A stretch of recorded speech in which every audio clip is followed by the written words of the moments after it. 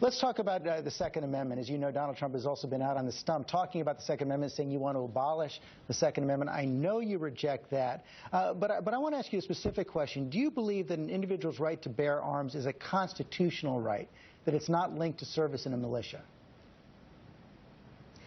I think that for most of our history, there was a nuanced reading of the Second Amendment until the decision by the late Justice Scalia.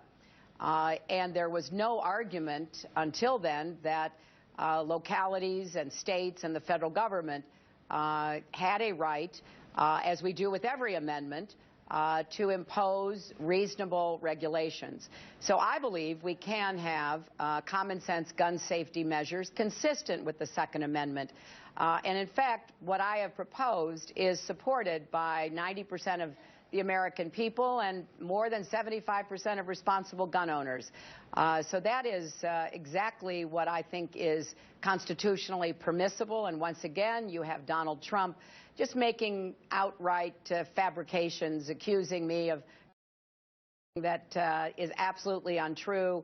But I'm going to continue to speak out for comprehensive background checks, closing the gun show loophole, closing the online loophole, closing the so-called Charleston loophole, reversing the bill that Senator Sanders voted for and I voted against, giving immunity from liability to gun makers and sellers.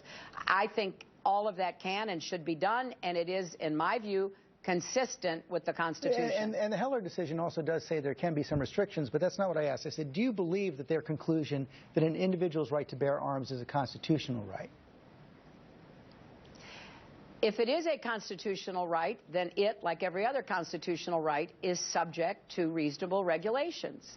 And what people have done with that decision is to take it as far as they possibly can and reject what has been our history from the very beginning of the Republic, where some of the earliest laws that were passed were about firearms. So I think it's important to recognize that reasonable people can say, as I do, responsible gun owners have a right. I have no objection to that.